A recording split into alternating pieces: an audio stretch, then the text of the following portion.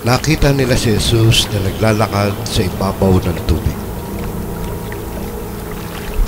At natakot ang mga apostol. Akala nila sila'y nakakita ng multo.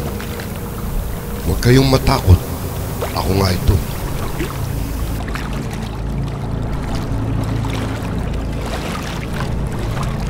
Kung ikaw yan, Panginoon, payagan mong pumunta ako dyan.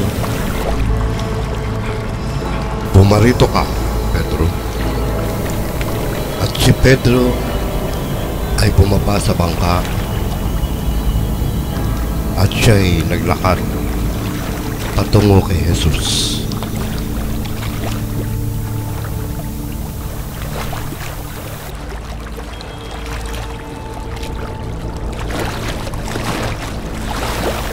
Ang maramdaman ni Pedro ang ihip ng hangin at nakita niya mga alon. Siya'y natakot at lumubog. Iligtas mo ako, Panginoon.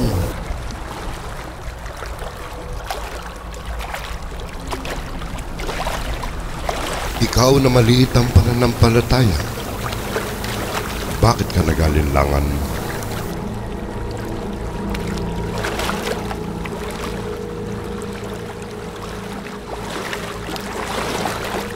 Tunay na ikaw nga ay anak ng Diyos. Talagang anak siya ng Diyos. Anak nga talaga siya ng Diyos.